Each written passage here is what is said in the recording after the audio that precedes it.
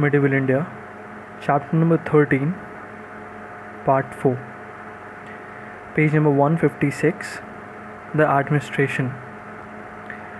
During the decade following the conquest of Gujarat, Akbar found time to look at the administrative problems of the empire. The system of administration elaborated by Sher Shah had fallen into confusion after the death of Islam Shah. Akbar therefore had to start afresh. One of the most important problems facing Akbar was the system of land revenue administration.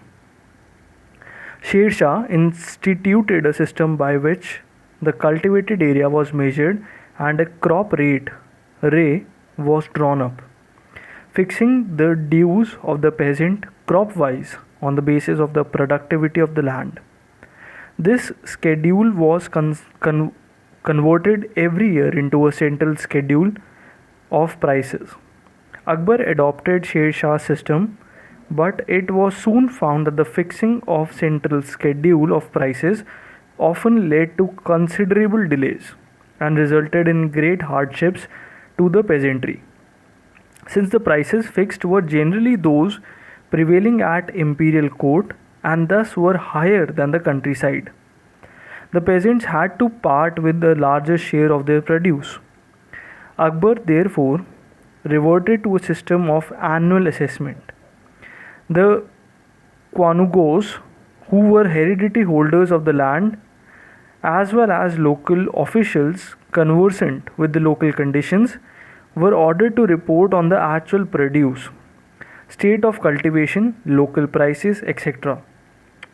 But in many areas, the Quanugos were dishonest and concealed the real produce. Annual assessments also resulted in great difficulty for the peasants and for the state.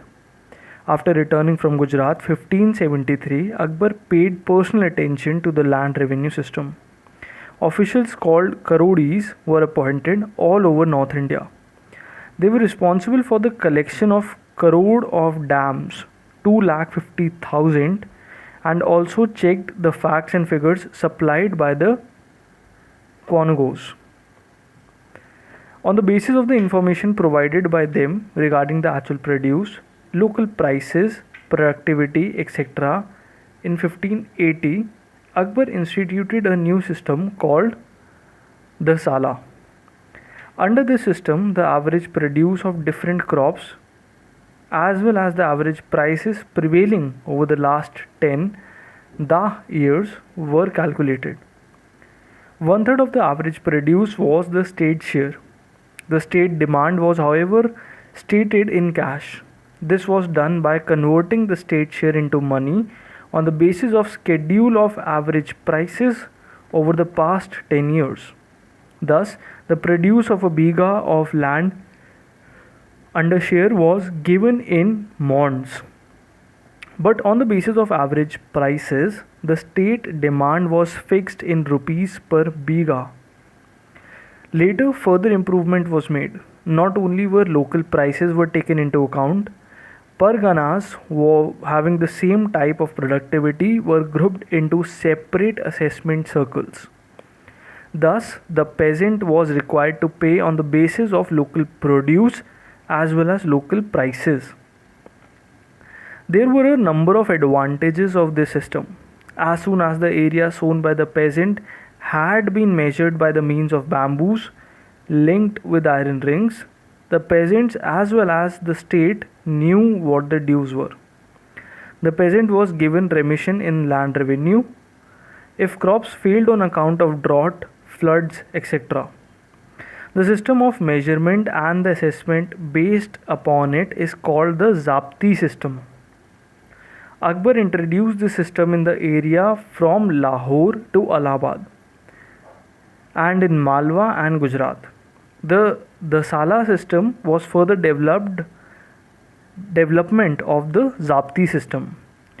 A number of other systems of assessment were also followed under Akbar. The most common and perhaps the oldest was called the Batai or the Gala Bakshi.